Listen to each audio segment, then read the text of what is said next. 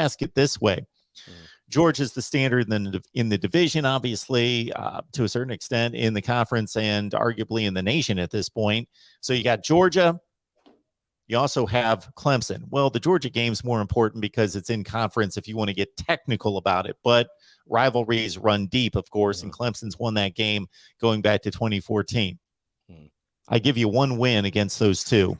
Who do you take? You know, Mark, it's so funny that you mentioned this because we actually talked about this last night at my show I do every week at Tin Roof in Columbia. The Georgia win would be massive because of, like you said, the SEC implications. And I could argue if you're good enough to beat Georgia, you're going to be good enough to beat Clemson either way.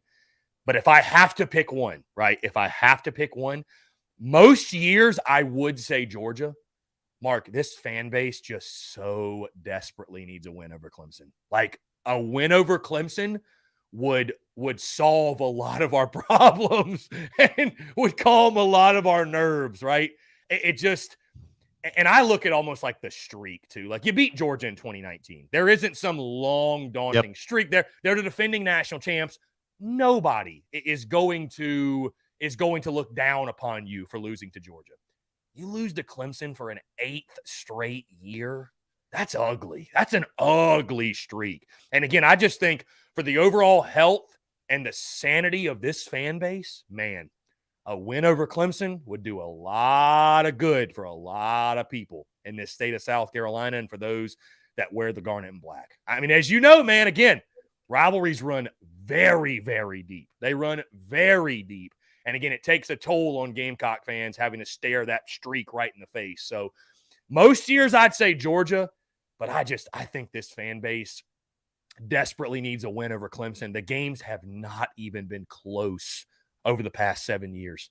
So just even making it a competitive game, I can't believe I'm saying that, but just getting to the point where the game is competitive. We need to get back to that. But if you can take down the Tigers, I just think that does a world of good for the program, for Shane Beamer, for all parties involved. The fan base as a whole, would do wonders for Carolina fans. So I'm going to say Clemson. I think especially early on, listen, you're not winning the SEC in year 2. You're not winning the SEC East. Even if you beat Georgia, Mark, I don't think you win the SEC East. I think it's a nice upset. You might go 9-3. You're not winning the East overall. If you could beat Clemson in year 2, oh, man, would be sweet. I'm getting chills just thinking about it, Mark. So give me a win over Clemson in year 2 of Beamer. Yeah, give me a win over Clemson. Yeah, because as you well know, you're talking about the message boards. Unless Clemson loses to South Carolina, but still have one of their Clemson kind of seasons, 2015 to 2020 type, where they still go to the playoff, go to a national championship game, that sort of thing. And that's just a blip.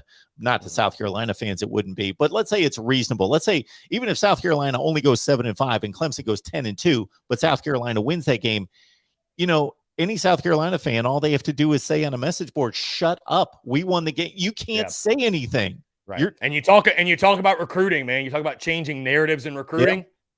In this state, that's a big one. That's a really, really big one.